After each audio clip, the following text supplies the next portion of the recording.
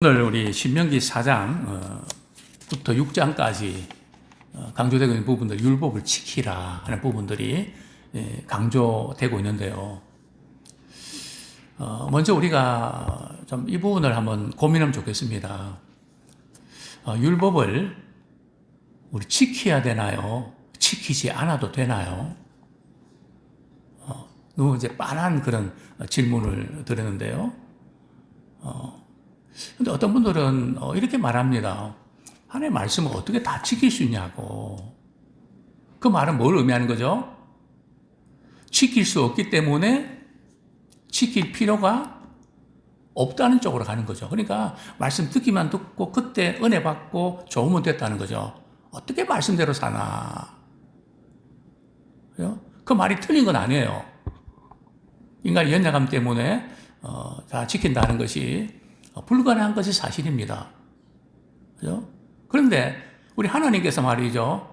성경 말씀 또 율법을 주실 때 어떻게 하라고 주신 걸까요? 지키라고 주신 걸까요? 지키지 말라고 주신 것일까요? 지키라고 주신 거잖아요. 그죠? 근데 우리는 실제로 그거 어떻게 다 지킬 수 있냐? 그러면서 우리가 지킬 수 없기 때문에 지키지 않아도 된다 하는 쪽으로 간단 말이죠. 그러니까 믿음 생활을 한다고 하지만은 세상적인 도덕과 윤리적인 기준을 볼 때도 저건 영 아닌데. 그죠? 이제 이렇게 방종으로 갈 수가 있다는 겁니다. 그죠?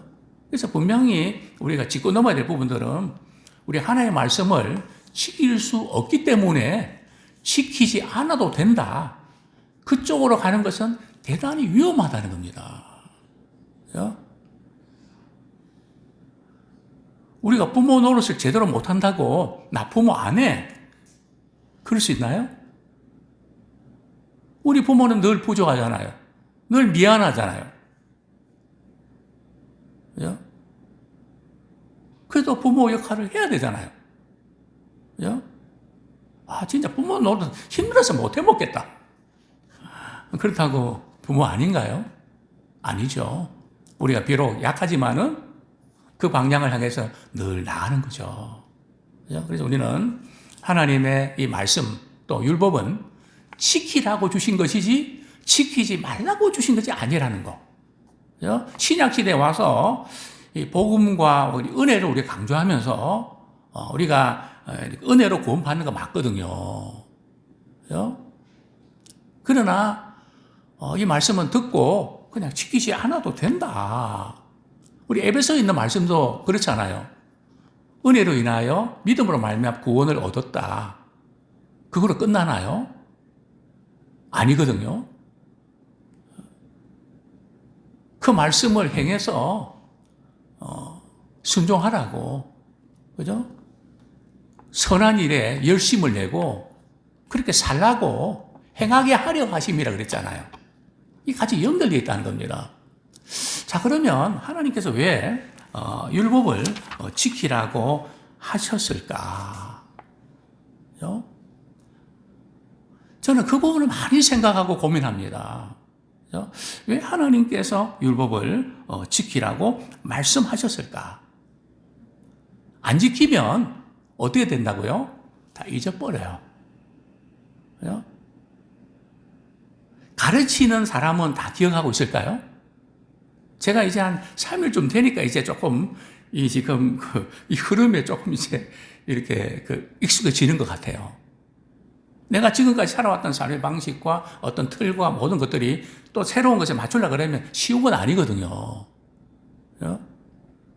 지난번에 이제 소리가 안 나갖고 말이죠. 조금 애를 먹었던. 그래서 어제 이제 우리 집사님 강무석 전화해서 3번, 4번 누르라고. 그래서 3번, 4번 누르니까 소리가 나왔거든요. 그런데 그 3번, 4번 누르라고 누가 이야기한지 아십니까? 제가 했거든요. 제가 가르쳤는데 제가 잊어버렸어요. 그러니까 말씀만 듣고 잊어버린 것은 시간 문제 아닐까요? 가르치는 사람도 맞다. 내가 3, 4번 누르라고 그랬겠지. 안 돼갖고. 그죠?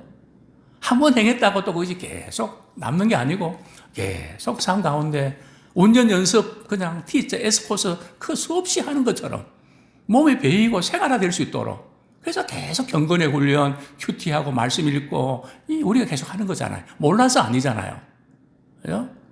그래서 하나님께서는 이런 가이드라인을 주시면서 그럼 왜 하나님의 말씀을 순종하라고 했을까? 우리가 순종할 때에 하나님 아버지의 마음을 알게 되고 하나님과 바른 관계를 회복하게 됩니다. 그래서 순종하라고 하신 거거든요. 뭐 이런 말이 있잖아요. 자녀들이 우리 딸들이 말이죠. 결혼해서 시집 가서 이제 아이 낳아봐야 네가 내 마음 알 거다. 그리고 아이 키워보고 잠도 못 자고 그냥 크게 맞추면서 말이죠. 그러면서 우리 엄마는 어땠을까? 그러면서 그 마음 알잖아요. 그러니까 우리가 말씀을 우리가 읽어갈 때에 그 글보다는 이 말씀을 우리에게 말씀하시는 그분의 마음을 우리가 읽는 그 주님의 심정은 어땠었을까? 누가 내 마음 알았느냐? 누가 내 모세가 되었느냐? 그래서 우리가 말씀의 순종함을 통해서 우리는 그분의 마음을 우리가 헤아리게 되고 그분과 바른 관계를 맺게 되죠. 자, 뿐만 아니라 우리 신명기 4장 우리 8절에 보면 말이죠. 오늘 내가 너에게 선포하는 이 율법과 같이 그 규례와 법도가 공의로운 나라가 어디 있느냐. 그러면서 이제 우리 7절에 보면 우리가 기도할 때 말이죠. 우리의 기도를 가까이에서 들으시는 그런 분이 어디 있냐. 그죠? 세상의 그 모든 신들은 말이죠. 위협하고 이렇게 안 해서 누가 벌 받고 저주받은 거야. 그죠? 몇 자리 잘못 이렇게 택해서 이런 어려움을 겪는 거야. 뭐 이러면서. 근데 우리가 말이죠. 하나님 앞에 기도할 때 작은 신음에도 응답하시는 하나님. 이런 놀라운 일이 어디 있냐는 거죠. 그 하나님과 우리의 관계. 말씀하시는 하나님. 이 세상에 어떤 신이 말씀합니까? 상대라도 해줍니까? 그죠? 그분이 우리에게 말씀을 하세요. 그리고 우리가 이렇게 아침에 나와서 그분의 말씀을 우리가 같이 읽는 거 얼마나 복됩니까? 그죠? 뿐만 아니라 하나님께서 일방적으로 말씀만 하시는 것이 아니라 우리가 그분께 우리 자신의 삶의 모든 것들을 아뢰면 말씀을 드리면 그분이 우리의 기도에 응답을 해 주신대요. 그죠? 참 이 놀라운 그런 축복임을 보게 되는데요. 뿐만 아니라 이제 하나님께서 이제 이 말씀을 이렇게 주실 때에 이제 이런 그 내용이 나오죠. 하나님의 음성을 듣는 게 좋은 걸까요? 아니면 무서운 걸까요? 만약에 말이죠. 우리 아침에 낭낭한 제 목소리를 들려드리지 않고 천둥치면서 말이죠. 하나님께 직접 우리에게 말씀하신다. 그거 좋을까요? 부담될까요?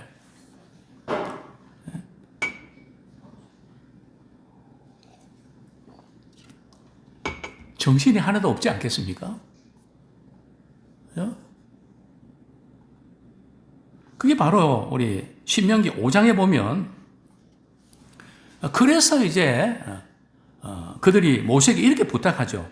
우리 24절부터 우리 26절까지 27절까지 한번 같이 읽어볼까요? 시작. 말하되 우리 하나님 여호와께서 그의 영광과 위엄을 우리에게 보이심에 불 가운데서 나오는 음성을 우리가 들었고 하나님이 사람과 말씀하시되 그 사람이 생존하는 것을 오늘 우리가 보았나이다.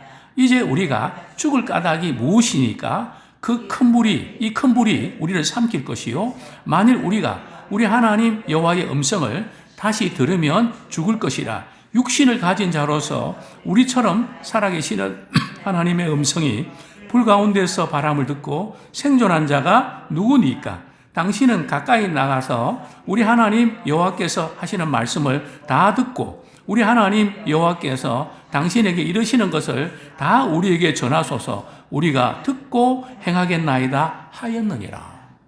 바로 그런 내용이거든요. 하나님의 음성을 말이죠. 듣는 게 너무 두렵고 죽을 것 같다 하는 거죠. 그러니까 모세에게 부탁하죠. 모세 당신이 하나님의 말씀을 들어서 그걸 우리에게 다 전하면 우리가 다 듣고 행하겠습니다. 그래서 하나님께서 이제 이 이야기를 듣고 오케이 하죠. 그러면서 이제 이런 말씀을 하시죠. 28절에 보면 여호와께서 너희가 내게 말할 때에 너희가 말하는 소리를 들으신지라 여호와께서 내게 이르시되 이 백성이 내게 말하는 그 말씀을 내가 들은즉 그 말이 다 옳도다. 다만 그들이 항상 이 같은 마음을 품어 나를 경외하며 내 모든 명령을 지켜서 그들과 그 자손이 영원히 복받기를 원하노라. 그죠?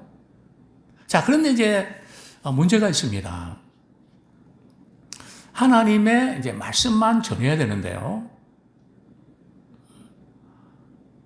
이제 설교를 하다 보면 우리 성도님들이 하나님의 말씀만 전해갖고 그것을 생활 속에 그대로 잘 적용이 가능할까요? 쉬울까요? 물론 성령님이 역사해 주셔서 말씀만 전해도 깨닫게 해주시고 적용이 가능한 분도 있을 겁니다. 그죠? 그러나 실생활 속에서 그것을 적용한다는 것이 그렇게 쉬운 게 아닙니다. 이제 그러다 보면 예화도 들고 생활적인 것을 이야기를 하죠. 그죠? 이제 그러면 어떤 문제가 생기는가 하면 우리 성도들은 그게 더 실제로 들려지잖아요. 그러면 하나님의 말씀보다 그게 더 들어온단 말이죠. 그래 어떤 데는 헷갈려요. 그게 하나님의 말씀인지 목사님의 삶 가운데서 그렇게 하는 건지. 그래서 어떤 경우들은 그래서 말씀의 권위가 떨어지고 사람들이 말씀보다는 그런 데 더 은혜 받으니까. 그래서 아예 생활에 관한 것은 전하지 말고 나는 말씀만 전한다. 이런 쪽으로 가는 거죠. 충분히 그럴 위험성이 있는 건 사실입니다. 그러나 설교는 두 가지입니다. 성경 말씀을 성도들이 전달하고요. 그리고 성도들은 삶 속에서 살아가야 되잖아요. 그래서 삶 속에서 연결시켜주는 다리를 걸어야 됩니다. 하나의 말씀을 그걸 갖다 텍스트라 그러거든요. 컨텍스트는 우리의 삶입니다. 즉 말씀과 삶이 연결돼야지 말씀만 전해서 삶으로 연결 바로 너희들이 알아서 하라 쉽지 않습니다. 그래서 우리 이 부분을 우리가 듣는 분들이 저건 하나님의 말씀이구나. 저거는 삶의 하나의 어떤 그거나 잘 구별해서 들어야지 이게 헷갈리면 또 안 된다는 거죠. 아시겠습니까? 뿐만 아니라 이제 하나님께서 율법을 주신 이유는 말이죠. 성경은 항상 예언과 성취입니다. 그죠? 미리 예고를 하거든요. 근데 말씀대로 안 살았어요. 말씀대로 안 살고 이러다 보니까 하나님께서 너 말씀대로 안 살면 이렇게 될 거야. 그거를 우리 깨닫고 다시 회개하고 돌이키는. 그래서 말씀에 순종하라고 하는 거죠. 그죠? 참 감사한 일이죠. 순종 안 한 그 부분에서도 돌이켜서 회복시켜 주시고자 하는 하나님의 사랑. 또 우리가 말씀에 순종하다 보면 참 우리가 한계를 느끼잖아요. 은혜가 필요하잖아요. 하나님의 사랑이 필요하잖아요. 그래서 하나님과의 바른 관계를 맺을 수 있도록 늘 그 끈앞을. 그죠? 순종이 우리가 복을 우리 가져다 주지만 하나님과 관계를 돈독게 하는 그래서 율법을 지켜 행하라.